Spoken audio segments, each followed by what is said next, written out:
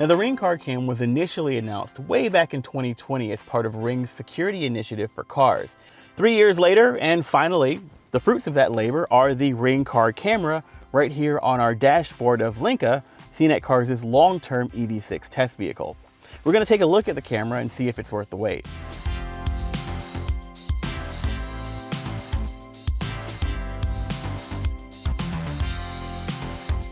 Now, the Ring Car camera is pretty small for a dash cam, only around 1.6 inches square when you're looking at it bang on. Of course, it's permanently affixed to its mounting arm, so it's around 8 inches from tip to tip. Now, that arm is designed to wedge into the space between your dashboard and the windshield, and then affixed to the glass with a very strong adhesive pad. Now, installation is pretty simple, but I'd recommend you go through the complete process in the Ring app of pairing the car cam to your account before you install it in your car, because you're going to have to scan a QR code that's on the device, and that won't be accessible once it's stuck to your windshield. And once it's up there, it's up there. That adhesive is really strong. Once mounted, you've got a little bit of up and down adjustability, and you're going to be able to connect it to your car via a USB Type-C to an OBD2 adapter. OBD is the onboard diagnostics port that pretty much every car built after the year 1996 has, usually somewhere under the dashboard. And the camera is going to be able to draw power from that even when the car's parked and turned off, so you don't have to take up one of your USB ports or your 12-volt outlet.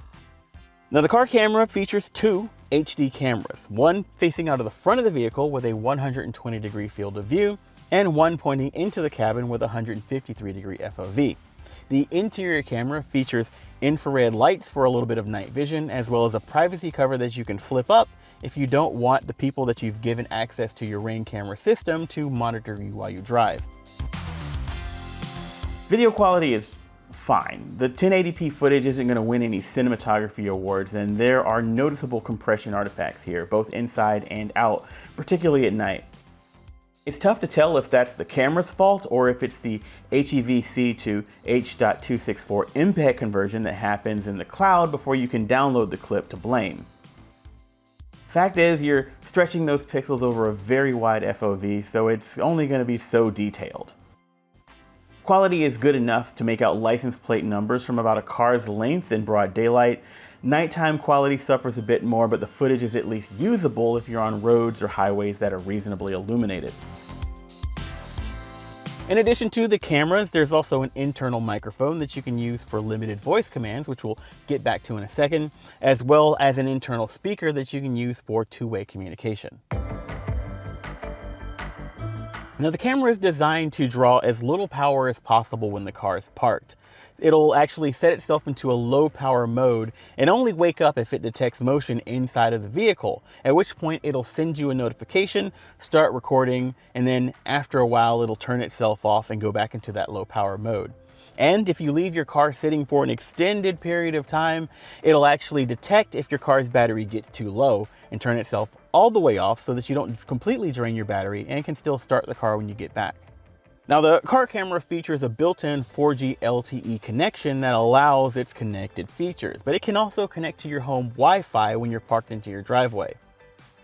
To power that 4G LTE connection, you need a subscription to the Ring Protect Go service. That's going to cost you around $6 a month or $60 per year, and that's on top of any Ring home security program that you've got going on already. This is a completely separate subscription. Once the service is active, you'll be able to get notifications from the car camera if something's happening at your car, as well as remotely monitor over video. Users interact with the Ring car camera via the same Ring app that you probably already use for your Ring video doorbell if you've got one of those. In the app, you can select the camera, and then you can scroll through a feed of the different events that you've been notified of with video previews.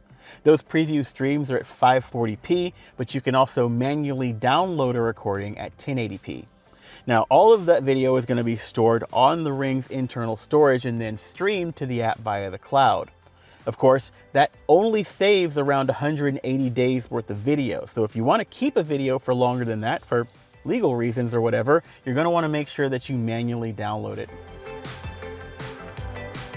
Now with the LTE connection, you can also live monitor what's going on inside and around the vehicle in the app. And not just video, you can do two-way voice communication with the internal microphone and speaker.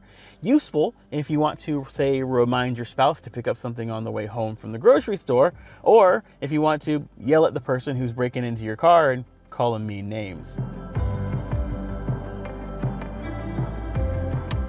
Now that privacy cover that I mentioned earlier doesn't just cover up the interior camera, it actually disables it, turns it off completely, as well as turns off the microphone inside of the car.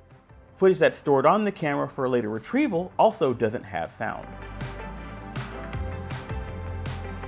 Now I mentioned that the car camera can automatically notify you if there's motion inside of the vehicle, but optionally you can also get notifications for motion outside of the vehicle or if someone starts driving the car.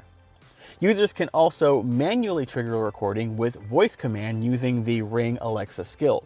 Simply say, "Alexa, record," and the Ring car camera will come alive and automatically start recording up to around 20 minutes of video from that point. It'll also stream that information to the cloud where it can be saved for safekeeping. Now Ring calls this feature the traffic stop mode and markets it as a way to protect the driver in the event of being pulled over by law enforcement, which is kind of a bummer that that feature even has to exist, but this is the world we live in. Now a couple of things that I noticed when installing the car cam in our EV6 here. A lot of modern vehicles are going for steeply raked windshields and long dashboards as a result for aerodynamic reasons. And that means that when you mount your camera at the base of the glass, it's going to be way up there near the front of the vehicle. And that makes reaching that privacy cover difficult while driving. So maybe don't mess with it unless you're parked. Tall screens that stick up from the dashboard are going to exacerbate this. Steeply raked windshields also could pose a problem in aiming the Ring camera. Ours is tilted about as far down as it can go because of the way we had to stick it in this vehicle, and that means that in the video feed you can see a little bit of the mounting arm at the bottom of the field of view. Another thing to be aware of is that there's no way to locally pull footage from the camera that I'm aware of. There's no micro SD card slot like conventional dash cams, and the USB port is only there for power. So you'll need to maintain that $60 a year subscription if you want the car cam to send notifications or footage when it's away from your driveway or home Wi-Fi. The download limitations are my biggest pain point here. You have to manually download the clips out of the app. You can only download one at a time, and I was limited to 20 seconds per clip. What if your incident was longer than that? Each request to download takes around 2 minutes to upload from the camera, convert in the cloud, and then be ready to download. It took me about an hour just to get the sample footage for this video off of the camera. Granted, Ring probably doesn't expect the average user to download dozens of clips in one go, but I'm hoping that Ring sees this and eventually allows longer downloads and finds a way to streamline transferring multiple videos. The whole process right now feels a bit user unfriendly and purposely convoluted, which it kind of is because it's designed to keep you locked into Ring's ecosystem.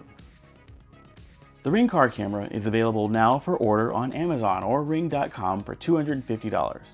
Now there aren't that many other connected dash cams to compare the Ring car cam to, but of the earliest, it's looking like one of the better options.